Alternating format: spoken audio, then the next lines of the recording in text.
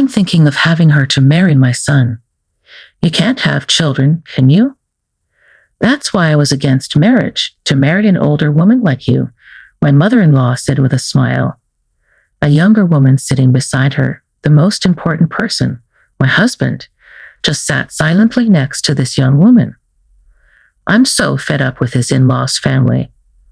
I had left in a huff, but to my surprise, I regretted it immediately and sought to reconcile. Regret fills me as I ponder on the disastrous choice I made marrying into such a family. My name is Olivia, and I am 38 years old. I met my husband Sam, who was 8 years younger than me, through a friend's introduction. I hesitated to date him because of the age difference, but he passionately declared, "Age doesn't matter." I love the person named Olivia, and we began dating, which eventually led to marriage. About 6 months into our relationship, considering my age and the possibility of marriage, he decided to introduce me to his parents. His mother opposed our marriage because of the age gap. I thought you'd bring a young, cute bride when you said you were introducing a woman you're considering marrying. Oh dear, 38 years old, Sam. I mean no disrespect, but reconsider. Younger women are better, she said to Sam in front of me. My father-in-law stepped in and said, "If Sam thinks it's good, then it's good, isn't it?" Sorry about my wife's rude comments, Olivia, and we managed to obtain approval for our marriage. My father-in-law was a man who would diffuse the harsh words of my mother-in-law, giving the impression of a non-confrontational person. However, once we got married, he often turned a blind eye, which was disappointing. Sam's family was a well-known line of landowners in our small town, and my mother-in-law boasted about it endlessly, even though, technically speaking, she was not a blood relative of the family. She had married into it, just like me. This is an affluent family, and Sam, being the golden boy, has a dreamy, otherworldly charm. The man I was with before Sam was very frugal, which was a struggle, so Sam's generous and easygoing attitude toward money is quite appealing. Although my mother-in-law grudgingly accepted our marriage after being told off by my father-in-law, she doesn't seem to bless it with pleasure. She continually shares her views on how a good wife should behave, which is exasperating.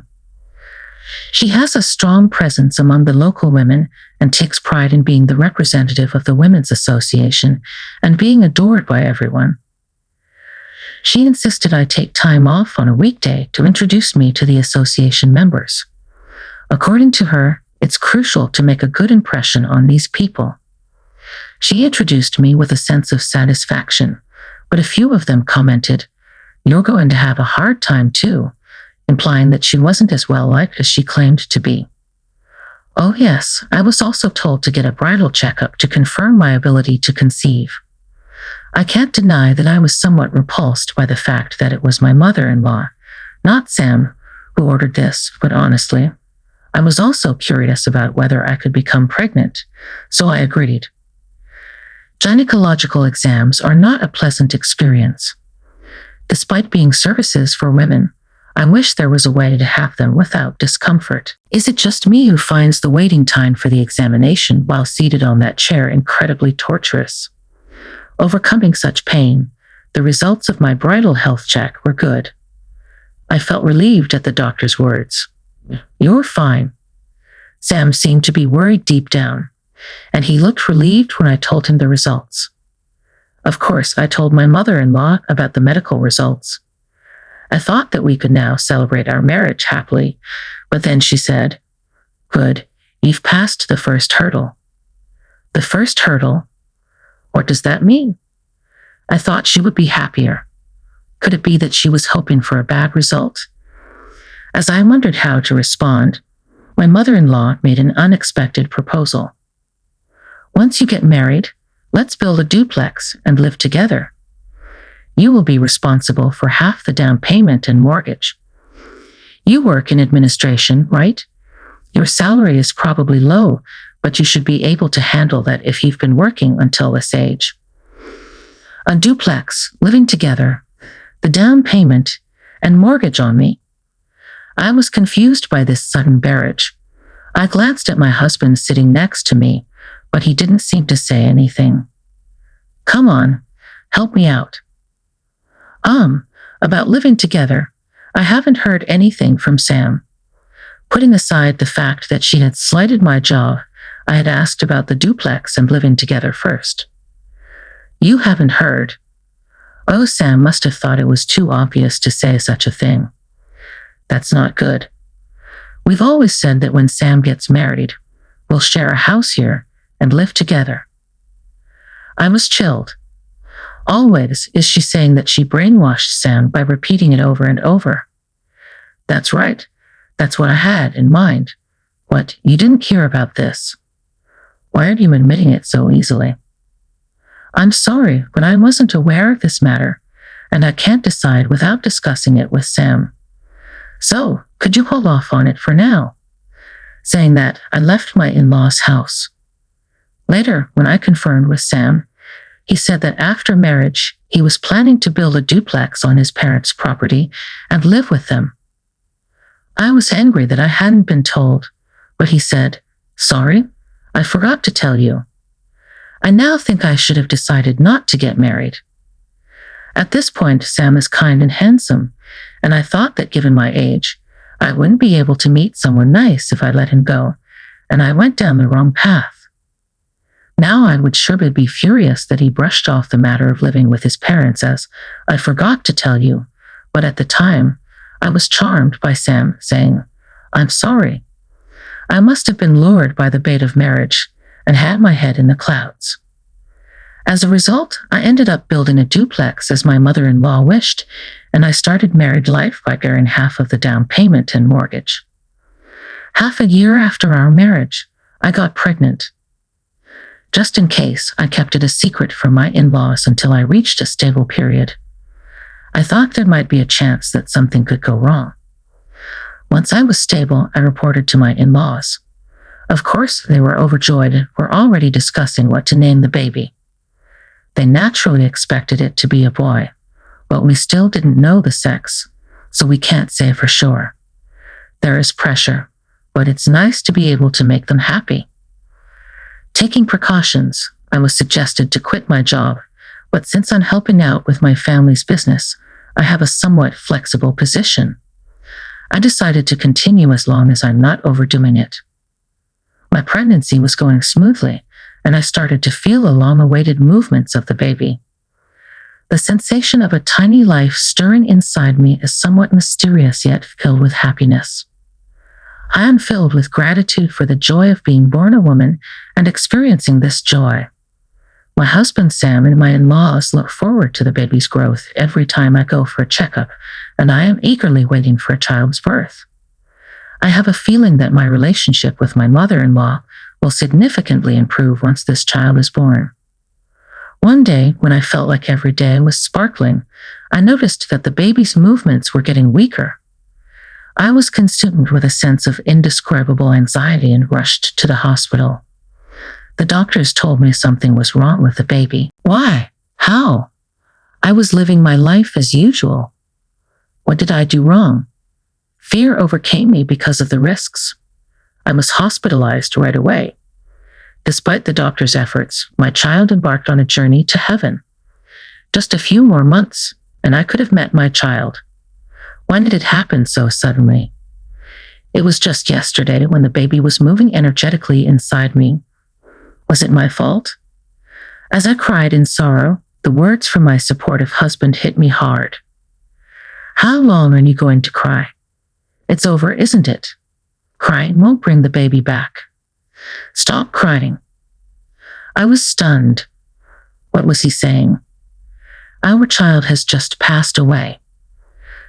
Despite being surprised by this cold side of Sam I had never seen before, my shattered mental state left me no choice but to remain silent. Then came the day of my discharge from the hospital. Sam didn't come to pick me up. I mustered a smile and assured the nurses who were worried about me going home alone that I would be okay. When I arrived home by taxi, I was greeted by Sam, my mother-in-law, and an unfamiliar woman. Welcome back.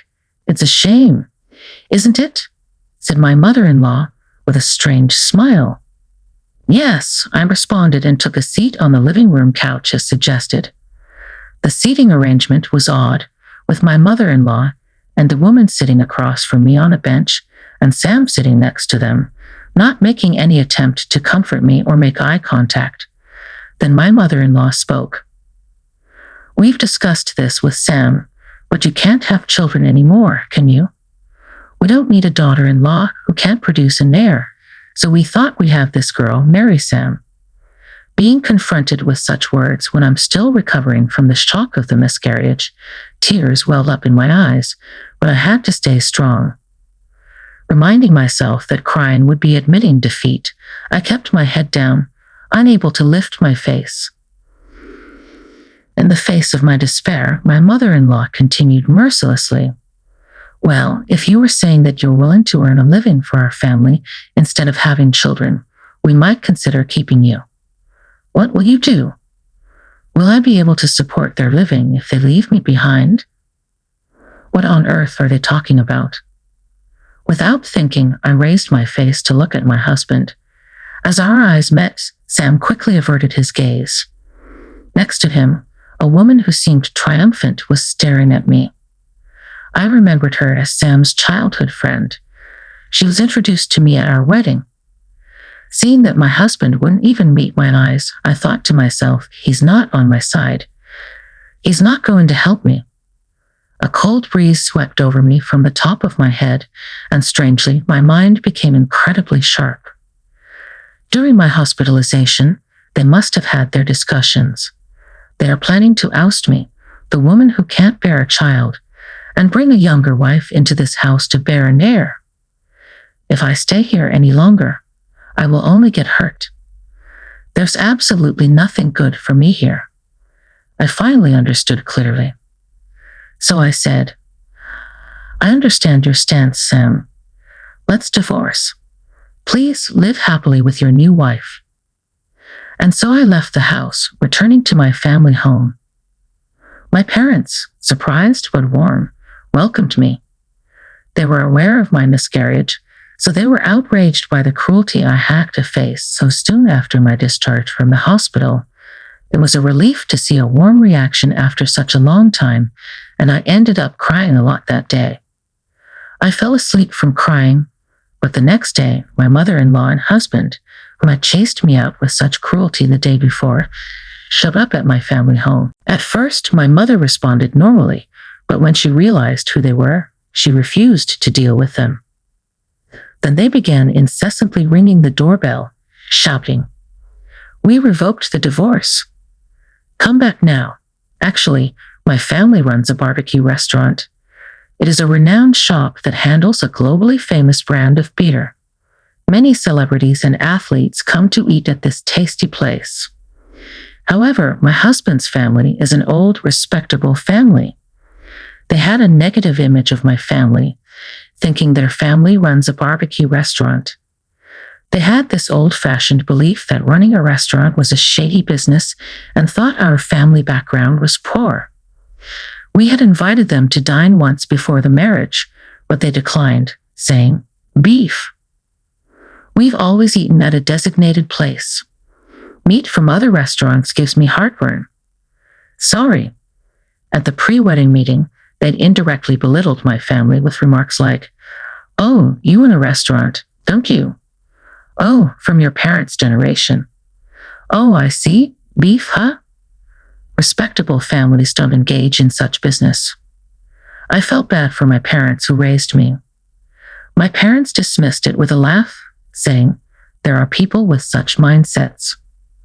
On the day I left after the divorce, my husband and mother-in-law happened to see our restaurant being featured on TV. They had no interest until then and considered my family lower than them. They had panicked and came to call me back after seeing a restaurant being described as operating its own farm that produces brand name beef, having extreme popularity with meat being exported all around the world, being extremely successful, and making a lot of money. I felt nauseous when they immediately tried to cozy up to me, saying, If you were rich, we wouldn't have talked about divorce. I'm sorry for yesterday. We weren't thinking right. Please come back. After all that talk about children and heirs, was it all about money in the end? My husband Sam and his family didn't inquire about my job in detail, so I had told them I worked in office administration for my family's company, leading them to believe I was a low-paid and incompetent employee. Consequently, they probably thought that if they asked me to shoulder the down payment and mortgage for the house, I'd give up on the marriage. In reality, I am in charge of the meat export division in my parents' company, earning a substantial income for an office worker.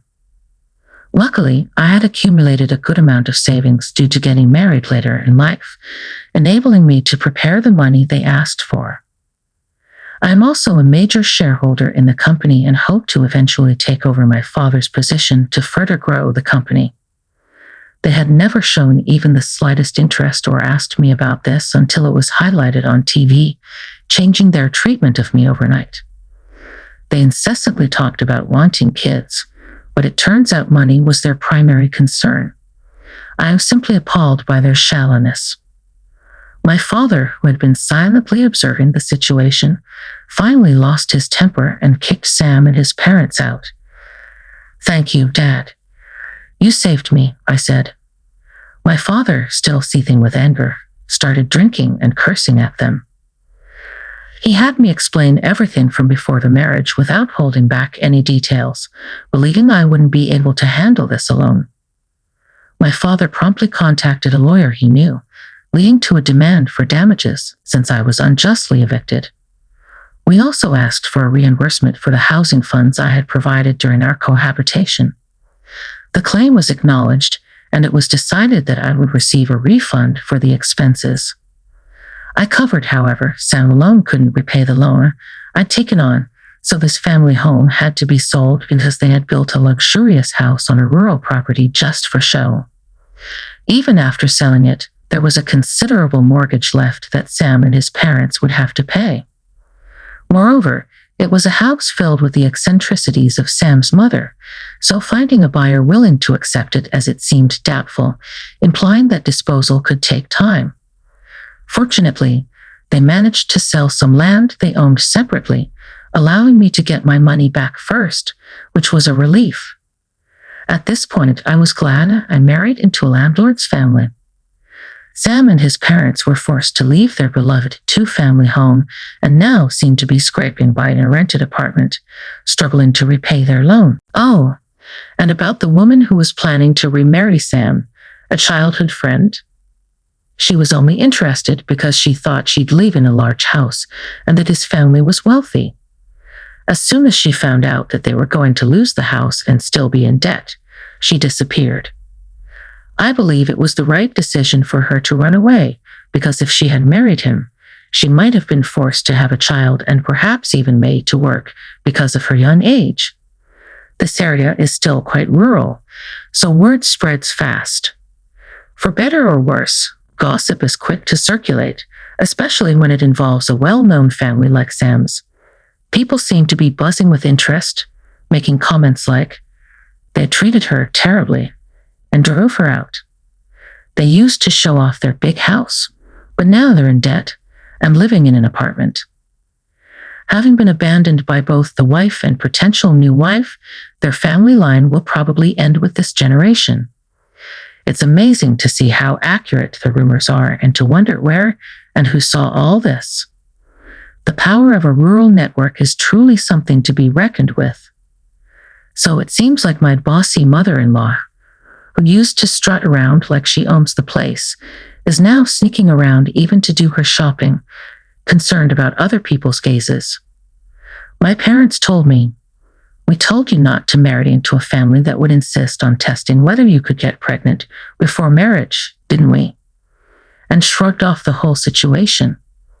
They even consoled me in a strange way, saying, "Oh, Olivia just rushed into marriage a bit. Don't worry about it. It's fine if you stay home all the time." They tried to be considerate in their own way. We had our share of troubles being kicked out, going to court, but I can tell that they are happy to be able to live with their daughter again. I am grateful for my parents' warmth. It seemed as if I was just dreaming or seeing a nightmare about my married life. That I'm living freely now. I might have a divorce under my belt, but I'm still in my 30s. I haven't given up on marriage. Once things settle down, I plan to work hard to find a new partner. But, well, until I find the next right person, maybe I should spend a lot of time doing good things for my parents.